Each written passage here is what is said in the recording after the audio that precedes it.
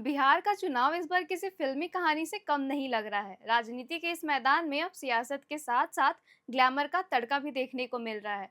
कभी सिर्फ नेताओं तक सीमित रहने वाला चुनावी मैदान अब फोक सिंगर्स और भोजपुरी सितारों से भी रोशन होने जा रहा है। जनता के बीच लोकप्रिय चेहरे को टिकट देकर पार्टियों मतदाताओं का दिल जीतने की कोशिश कर रही है।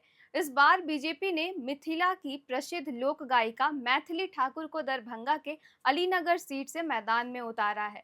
उन्हें वर्तमान विधायक का टिकट काट कर चुनाव मैदान में उतारा गया है। मैथिली ठाकुर अपनी सुरीली आवाज और लोक गीतों के जरिए सिर्फ बिहार नहीं बल्कि पूरे देश में जानी जाती है। बीजेपी को उम्मीद है कि मैथिली ठाकुर के नाम और उनके साफ सुथरे छवि का फायदा पार्टी को जरूर मिलेगा। मिथिला क्षेत्र में उनकी पकड़ और लोकप्रियता से पार्टी को मदद जरूर मिल सकती है। वहीं भोजपुरी के पावर स्टार माने जाने वाले पवन सिंह भी पिछले कुछ दिनों से काफी चर्चे में थे।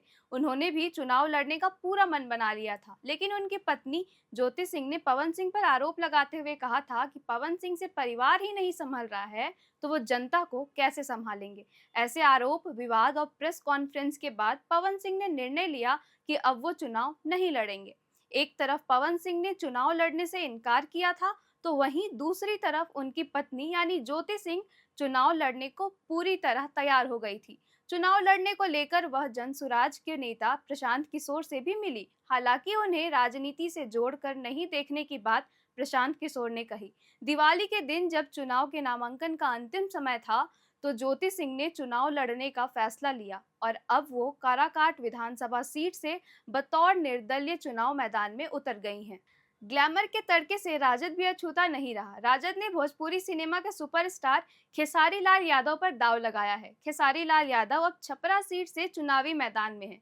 उन्होंने फिल्मों और गानों के जरिए जनता के बीच एक खास जगह बनाई है। अब वो राजनीति में उतरकर जनसेवा में बदलने का दांव कर रहे हैं। इससे पहले उनकी पत्नी चंदा देवी ने चुनाव लड़ने का फैसला किया था, लेकिन कुछ तकनीकी कारणों से वो अपना नामांकन नहीं कर पाई थी, जिसके कारण अब खेसारी लाल खुद ही चुनावी मैदान में उतर गए हैं।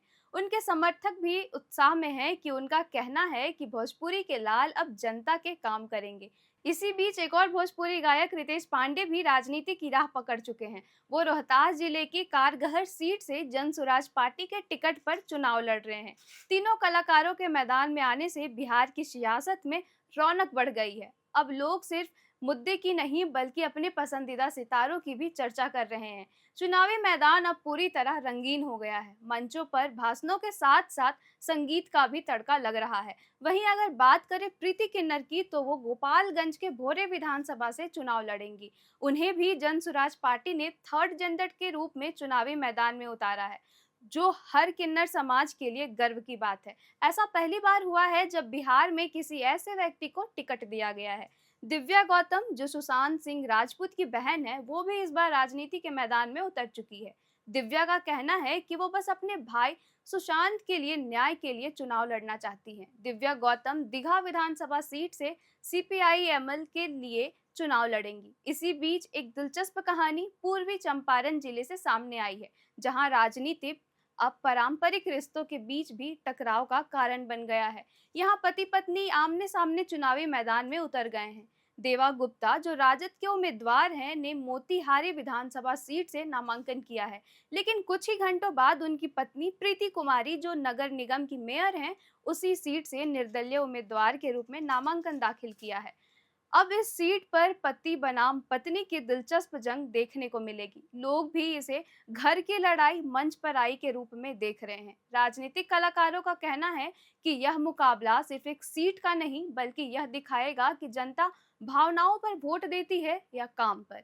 कुल मिलाकर बिहार का यह चुनाव पूरी तरह ड्रामा और नए समीकरणों से भरा हुआ है, जहां एक तरफ भोजपुरी सितारे और लोक गायक लोगों के दिलों में जगह बनाने की कोशिश में हैं, वहीं पुराने नेता अपनी साख बचाने की कोशिश में लगे हैं। आने वाले दिनों में यह देखना दिलचस्प होगा कि क्या इस बार बिहार की जनता ग्लैमर को वोट देगी या फिर असली मुद्दों को चुनेगी। बीजेपी के पूर्व केंद्रीय मंत्री आर.के. सिंह ने हाल ही में बड़ा बयान दिया है। उन्होंने जनता से अपील की है कि वो दागी उम्मीदवारों को वोट ना दे, चाहे वो किसी भी पार्टी के हो या जाति से हो। आर.के. सिंह ने साफ कहा कि ऐसे लोगों को वोट देना देश के लिए गलत है। अगर कोई अच्छा उम्मीदवार नहीं है तो नोटा दबाना ही बेहतर है। उन्होंने कुछ नाम भी दिए हैं, जेडीयू के अनंत सिंह, सम्राट चौधरी, ओसामा साहब और दीपू सिंह, और कहा कि इनके खिलाफ गंभीर आरोप हैं। यह बयान उनकी सहयोगी पार्टी जेडीयू पर सीधा निशाना माने जा रही है।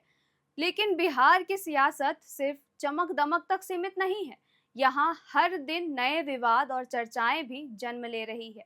फिलहाल इतना ही। उम्मीद है आपको यह वीडियो पसंद आया होगा। मेरा नाम है किरण और ऐसे ही खबरों के लिए देखते रहे एयर नाउ।